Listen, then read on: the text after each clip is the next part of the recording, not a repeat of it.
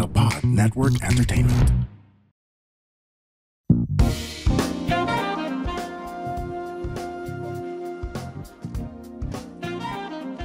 Ladies and gentlemen, let's all welcome our special musical guest. We'll intro them later na lang.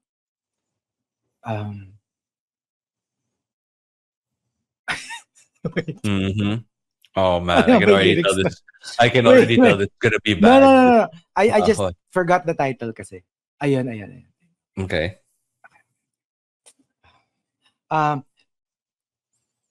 Umuwi ka na, baby. Di na ako sanay nang wala ka. Mahirap ang mag-isa. At sa gabi hinahanap kita. Umuwi ka na, baby. Kasi anong pangalan ng banda? Orange and Lemons! Sila rin ba yun? Pinoy. Ako, yes. Pinoy tayo.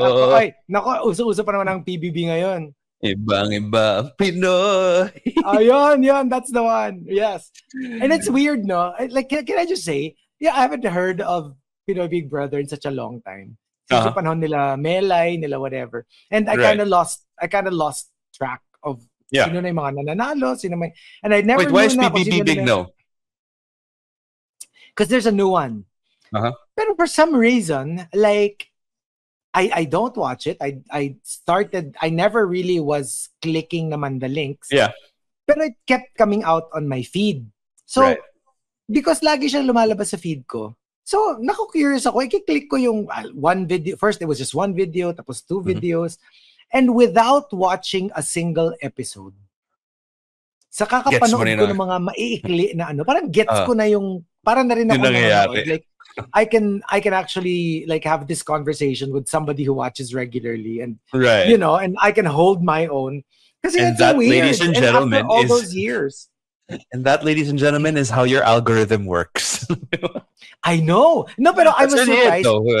Ngayon, gets ko na kasi nga I'm clicking everything, right? Pero nagulat ako to begin with. Because that was never my content and I was never like a big... Well, siguro pinush. Baka merong... Maybe, right? Tapos wala lang, nahook naman ako. Tapos ngayon talaga, sineseek out ko na, kiniklik ko pa yung hashtag pag, kunyari may bagong... pag yung, di ba yan, parang every week ba yun? Meron sila. May mga interesting ba kaya? Meron. The face says it all. Merong mga interesting contest. Wala naman. Ikaw naman. Ba't mo naman i-assume? No. Kasi kilala kita. Alam kong mababaw kang tao. Talagang, whatever happened to those days when you used to mince your words? Kaya talaga kung ano-ano na yung mga sinasabi mo. You know what it is? I got old. It's the age. Alam mo yung parang patience has run out. I don't have time to beat around the bush. You get to that age where you just don't give an F. Feeling ko kaya yung mga parents natin, yung mga lolo't lola natin, kaya pag nakikita nila tayo, parang, taba mo na. Alam mo yung gano'n na wala. Diba? Like, the filter is gone. They're just like, you know, I'll call it for what it is. Yung parang, maybe that's what it is. Either, ba't tumataba ka? Or, kailan ka mag-aasawa? Or, kaya hindi ka nag-aasawa, no? Kasi tumataba ka. Combo whore. Alam mo they know where to hit you where it hurts. Okay, but if you're wondering why it's that song, we're not talking about BBB. Wait. Oo nga, baka akala nila PBB. Okay, we're not talking about PBB. We are talking about a K-drama that is built to make you realize how okay naman pala your life is. It's called When Life Gives You Tangerines. But before everything else... strange. Sige, go. Welcome to Only Fun. His name is Chico Garcia. And his name is Gino Killiamore. Okay, so... I really find, kasi di ba minsan napaka-odd no mga, like, until now, some of the most iconic K-dramas, hindi ko gets kung bakit ganun yung title. Like, for example, Reply, 1988. Yung parang, bakit Reply? Magulo like, magulo yung... weird nung, right? Yung parang, I don't know if it's a translation, maybe. Right. So, with this one, I found it very smart, kasi parang like, it's so interesting, kasi di ba it's When Life Gives You Lemons. But in this case, tangerine. So, mai-intrigue ka tuloy kung bakit tangerines. And plus, of course, it stars the great Park Bo-gum, who was also Pogi in pa rin ni Park Reply Bo-gum, 1988. no? Ang pogi niya Grabe, talaga. no? Nakakainis. No, okay, here's the thing. To be honest, Uh-huh. you know this, I've never spoken about Park Bo-gum in the way that I would talk about, the others. Let's name some names. Shall we? Pero gets, like, sobra, like, kasi the first time I encountered him was in Reply 1988. Tapos, Nako kasi weightlifting fairy. Hindi ko napanood yun eh. So, hindi ko alam na sikat siya. And then later on ko na nalaman na parang, he's on the same level as mga tipong Park Seo-joon or he's one of the it guys. One of the talagang, top tier na, kumbaga dito sa Philippines, it's like Piolo, John. Ganun siyang level. So, pero to be honest, yun nga, like for me, I really like this character, pero kasi based on Reply 1988, yung character niya kasi doon, parang like he's so, para siyang oddball. Right. He was very handsome and he was very good at what he does. He was like a mini celebrity in his town. Pero parang ano siya, yung tahimik, hindi nagsasalita, torpe. So, this is actually the first Park Bo-gum series that I'm watching na siya yung lead. Right. Okay. Well, iba kasi hindi ako natatapat sa Hindi ka ba nanood ng weightlifting fairy? No, the one where he was a swimmer? You should watch it because he's in trunks the entire time. And that concludes the podcast. Alam mo na yung next episode natin. He is. As in, alam mo yung doon ko nakita yung parang, that's the kind of body that I want. Alam mo yung ganun. Kasi merong, di ba, okay, you have your Tom Hardys na parang batak and, like just big. Which is, chunky. Unfortunately, that's more my body type. And then I see mga Park Bo-gum na yung lean, muscular, tall. Yun yung gusto ko eh. Parang, okay, yun yung never ko ma-achieve. I always thought it was the guy in 2521 who was in weightlifting fairy. I was Park Bo-gum. Wait lang. Teka nga. Wait. Si Park Bo-gum I always thought it was si 2521. Si Nam Joo-hyuk pala. Sorry, Park Bo-gum pala is, what's the one with the tape? Something high school years. Yung parang meron silang Betamax VHS thing. Yun pala yung kay Park Bo-gum. I get them mixed up. Sorry. Yun din yung 2521 eh. Hindi, wait. Yun. Tuwing papakinggan niya yung cassette tape, natatransport siya. Siya din yun, yung sa weightlifting fairy. Si Becky Jean. Becky G. Hindi ba yung pangalan niya doon? Si Becky G. Recording artist. Hindi, wait. Nalilito na rin ako eh. Siya yun. Si Becky G. Ano nga ba yung... Wait. 25, 21. Basta ang sure ako, Park Bo-gum was in Reply 1988. Now I'm not... Oh man, it felt like... It's the same guy. Yun, Becky... Si Becky Jean. Si Becky Jean. Si Nam Joo-hyuk, siya din yung nasa weightlifting. You're just... Nasa 25. You're just saying random Asian words. I'm looking at it. Ano ka ba? Becky Jean. Becky Jean tuloy. Yun yung pangalan niya. Tapos si Nawido, di ba? Si Kim Terry. Wait, you're talking about Reply. This is 2521. Si Becky Jean, si Nam Joo-hyuk, yung lead, siya din yung nasa weightlifting. Tapos, itong 2521, ito yung merong cassette tape, kaya baka nalilito ka lalo.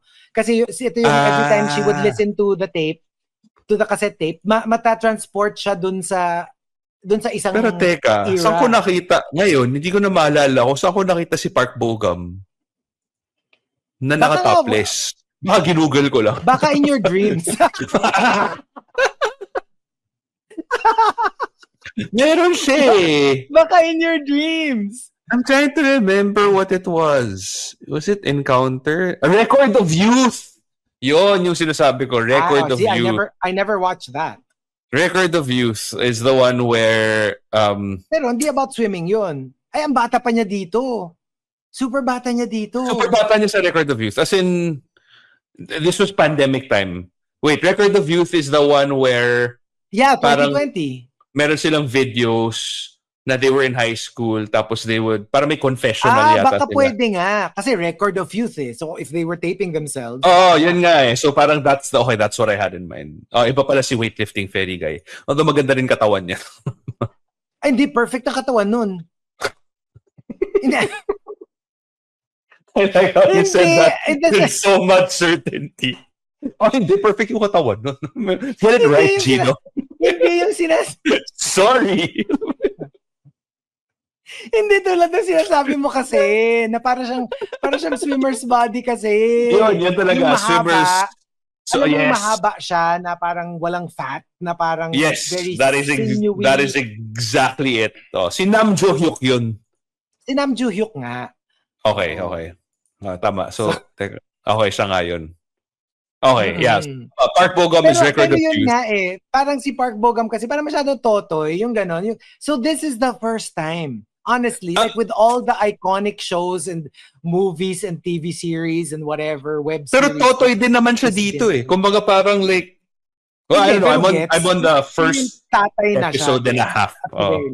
Hindi ako parang 7, 8 episodes. Okay, wala pa ako dun. As in, episode, kakaano pala. Okay, so talking about When Life Gives You Tangerines and the kagopuan of Park Bo-gum. So he starts off, I would say 70% of the first episode is basically a child version of the main characters, right? Like, so it's just them as little kids, like 9, 10 years old, na parang puppy love. Alam mo yun, parang sinusundan-sundan niya lang si girl. Every time naiiyak si girl, which happens quite often, bibigyan niya ng pagkain kasi sobrang kawawa nung buhay ni girl. Na alam mo yung parang pinagpapasapasahan na nga siya from one family to another, tapos finally kinuha siya ng nanay niya na mahal naman siya kasi sobrang galing niya pala na parang ganyan, tapos namatay yung nanay niya. Alam mo yung come on, 10 years old lang siya, tapos it gets worse, Gino. It gets worse. I know, and yun na nga parang damn, like does it really have to be this difficult? Alam mo yung parang... Pero you know what? Sobrang this show ticks all of the boxes for me. You know how like every time I get into a show na sobrang gustong-gusto ko, meron talaga akong slump afterwards. May mold. So kunyari, if I watch something that I really... 25-21 or ano yung mga iconic ko, Coffee Prince or Guardian, yung Goblin, Hometown Cha-Cha-Cha. Yan yung mga top tier ko na mga K-dramas. After finishing them, usually, yung mga susunod ko na papanoorin, hindi Tales in comparison. Kasi parang nako-compare ko siya as to how good the previous one was. Right. So usually may ganyan ako. And I've been in a slump for the longest time. Dami-dami kong sinastart. I would watch 1, 2, 3 episodes and then, I will lose interest. Even the ones that became really popular. Yeah. My gosh, this one, like from the first, 30 minutes of the first episode, sabi ko, I will remember, I don't even know how this will end up, if it's any good, or if it's going to just start strong, tas magpipeter out later on. Pero I think I'm going to like this one. And I think this will become one of my favorites. And nasa 7, 8th episode na ako. My gosh, I don't even remember how many times I bawled like a baby. Oh, wow. Definitely episode 3 and episode 7 or 6. Tapos not just that, and you know how like I'm very resistant to when K-dramas are trying to make you cry. When they try to make you cry, yeah. Alam mo yung gets ko yung technique na parang ito. So they're going to kill someone or they're going to whatever someone. And I'm usually immune to it kasi nga in-expect ko na, tsaka alam ko na yung technique. You know, cinematic techniques na ay nako, gusto akong paiyakin ng director so pues hindi ako iiyak. Yeah. With this one, my gosh. It's funny that we should talk about 25-21 kasi this reminds me so much of that. Alam mo yung kasi it shows you it goes back between the present character and the character when they were young. Okay, yeah. So to paint the picture for everybody who hasn't seen it yet, it starts off with what's the name of the main character? Si Shuan. Shuan. Parang Shoni. Siona. So Siona basically is already in parang a retirement home. A retirement parang, home. She's like roughly around your age now. Ganun. Sasabihin ko pa naman sana, alam mo na yung super tanders na, yung maputi na yung buhok, may tungkod na. I swear. I love it when you get caught off guard. I want to swap you with my walking cane. With my tungkod. Quick digression. Hold on to that thought. Remember what I was going to say. Can you wrap your head around the thought that I actually went hiking in Masungi Reserve? Wow! And I had my, hindi tungkod ha, pero it's my climbing stick. Defensive. Hindi, sa ano yun ha? Nabili ko yun sa Decathlon. Yung mga pang yung pang ano talaga, pang trekking talaga ha? Pang trekking, so pang bata. Wow! So may dala akong, hello, I survived. Nice. I'm not surprised. I mean, I'm surprised that you actually got out of your house and did something. I know, I was deceived. Sabi ni Marky, ito sa quick hike lang daw. But I was lied I'm not surprised that you were able to finish it. Because despite what you think, you're actually pretty athletic. Athletic in the sense na you're probably not going to do it quickly. You're probably not going to do it gracefully. But you end up doing it anyway. Remember your water polo days na yes, oo. Hindi ka na pwede sumisid ng matagal. Underwater hockey. Underwater hockey. Diba na parang, so it's in you. You just choose not to, I guess, let it out. But yeah, solid naman na Masungi. Did you go to the parang web thing? No. Ibang route yung, namin yung gabi. Yung star, celestial, whatever. So we went there at night. Yeah. That is actually something I would not do. I don't trust the forest at night. Tapos ang lamig-lamig. Tapos alam mo yung these para mga deep cliffs na, yeah. Oh my gosh. I don't even know how I was bamboozled into like getting into those like quick hike. And you never even researched. I know, right? Well, anyway, yun nga. So it starts off nasa parang retirement home na. Tapos parang she recalls back to her childhood where she's like, I don't know, 6 years old, 7 years old. And then eventually she grows up within the first episode to, I don't know, 16 or 17 years old, maybe, something like that. Tapos ito yung first reveal ni Park Bo-gum. Yung sa reveal pa lang. Kasi nga parang in the 35 minutes prior to his reveal, he was just like uhuging bata that was just there, di ba? Tapos all of a sudden, biglang, nagtitinda sila ng cabbage saka isda. Tapos pagtalikod ni Park Bo-gum, parang anak ng, yan yung binabaliwala mo sa tabi mo. yan yung loser? Paano yung loser yan? Loser yan? I think there was this one scene na I was like, and he's fully clothed the entire time. Pero like napansin ko, sabi ko, anak ng, ngayon lang ako naka-experience ng maskuladong leeg. Alam mo yung leeg lang yung nakita ko, pero alam mong batak lang siya, pero alam mo batak siya based on the neck that you saw. Alam mo na batak siya. But grabe yung start pa lang. Because even, I don't know, man, like, Koreans are so good at establishing supporting characters. Yes. And that their supporting characters are fantastic actors. Ang galing nung mom. Sobrang galing nung mom. Diba? Parang, tayo, ang galing niya. As in, and she was able to, because she's supposedly this, essentially, Muroami. Ganon. Parang, lumisisid sila sa dagat, kumukuha sila ng abalone. And apparently, like, I guess it messes up your lungs if you don't do it properly or whatever. Diba? Parang, can you imagine the free divers pero minus the training, minus the scientific, ako ni mga bawal sila. Wala, basta sisid, kuha tayo abalone, no? Oo. And then, so, she super hard worker, but itong si Suwan? Kasi, di ba sa Korean, pag kunyari, parang Suwan, nalalagyan nila ng Shona. Shona. Nila ng sa ending nung consonant. So anyway, she is currently with her uncle.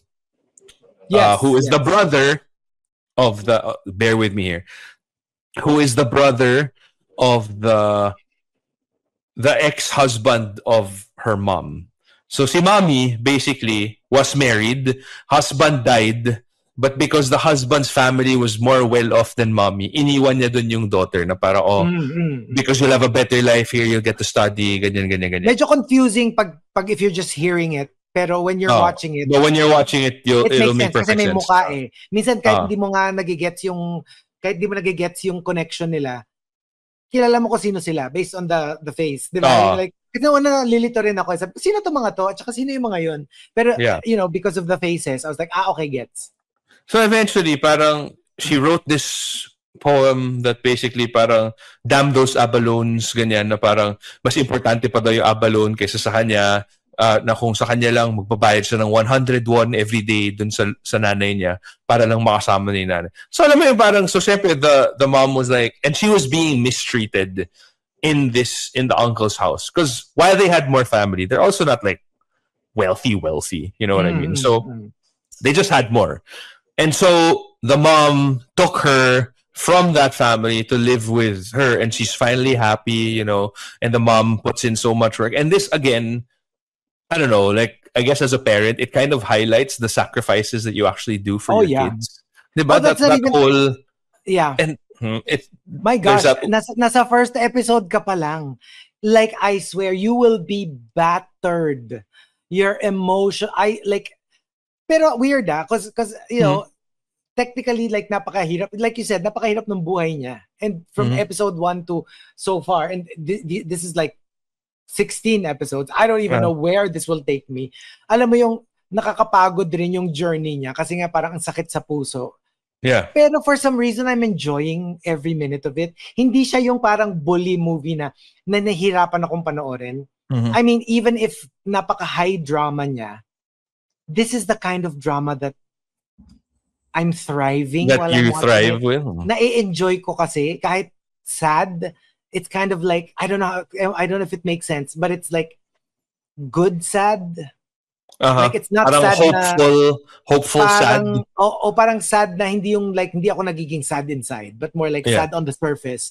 And I'm enjoying myself because I'm sad but only on the surface. I don't know if that makes sense. Baka hindi ka sad inside kasi parang yun na yung default eh. Parang bugbog ako ngayon Bakit parang bugbog ako today? Anong nangyari? At least ikaw sad inside lang. Hindi ako dead inside. Diba? Sa'yo naman, all of us are dead inside. Hindi, pero talaga, parang sobrang, alam mo, that alam ko na yun parang very, very sneaky. Like,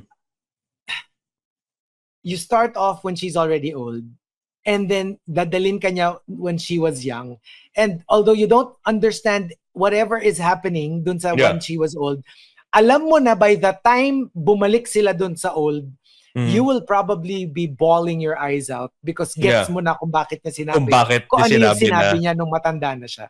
And I was like, pero it doesn't take 16 episodes.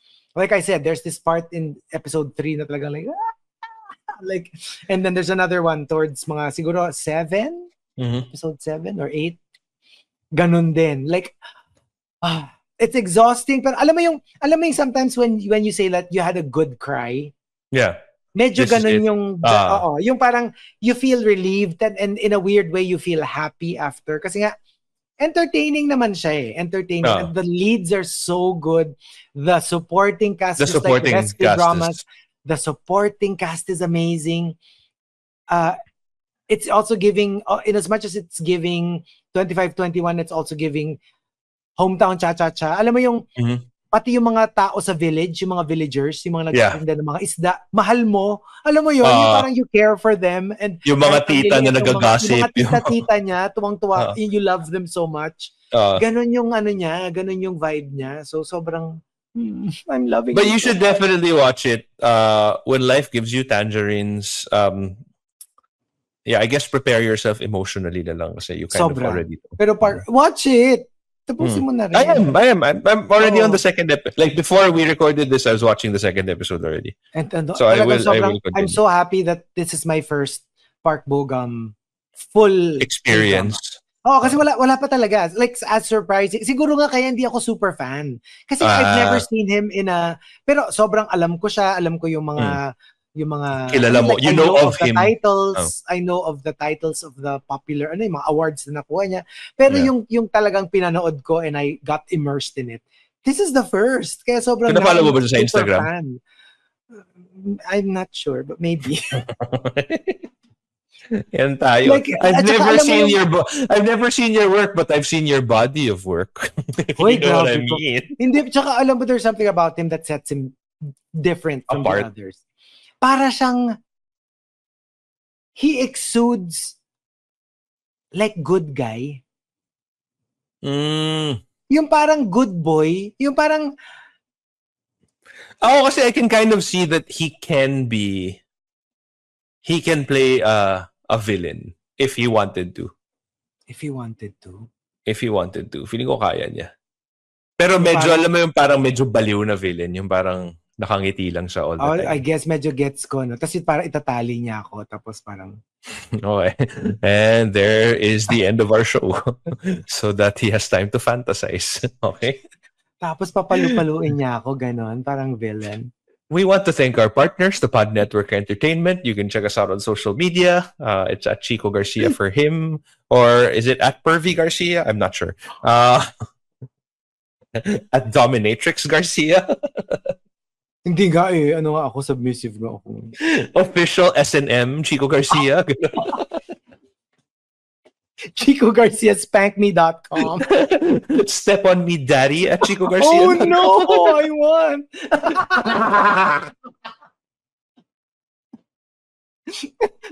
Stop. Alam mo, your meron sana akong isang 50 Shades. Kaso, huwag na lang. Stop.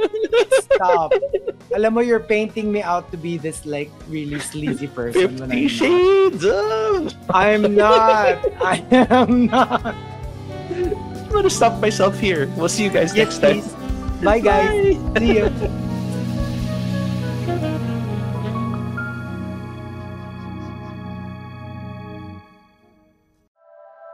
The opinions of podcast creators, hosts, and guests are not necessarily reflective of the official stance of the Pod Network Entertainment, its hosts, or other network programs. The content created by the people behind the podcast is personal and not meant to harm any religion, ethnicity, group, organization, company, or individual.